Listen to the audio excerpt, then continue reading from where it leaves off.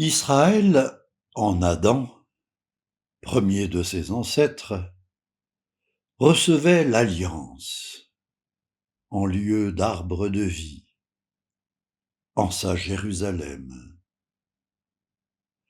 L'homme y aurait le choix entre la vie de Dieu donnée par la Torah et l'autre arbre de vie hanté par le serpent des cultes au Baal.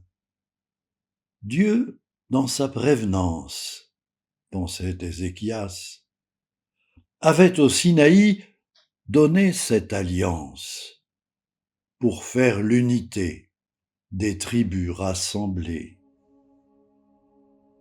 Adam, comme Israël, avait reçu de Dieu la vie qui l'animait.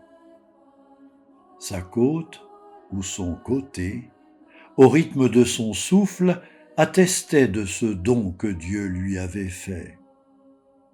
Dans le sommeil sacré où Dieu se révélait, il lui prit cette côte pour y bâtir son temple. Il y habiterait comme autrefois dans l'arche. Et Adam y verrait son épouse en témoin d'alliance. Unis dans l'alliance comme en son épousé, lui qui tenait la vie inscrite dans sa côte, connut avec sa femme une unité nouvelle. De prêtresse sacrée au jardin du Baal, la femme devenait alliance donnée à Adam par son Dieu.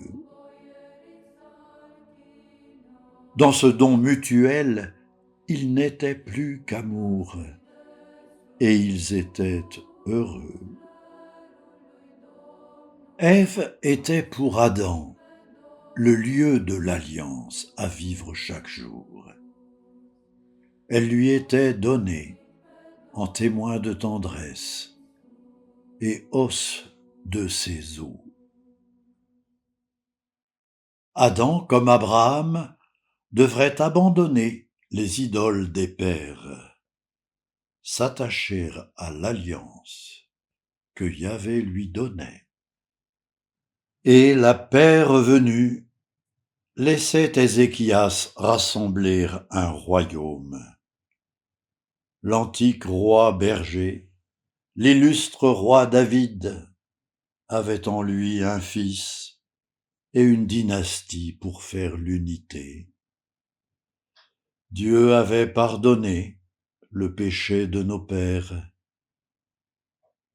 mais pour combien de temps?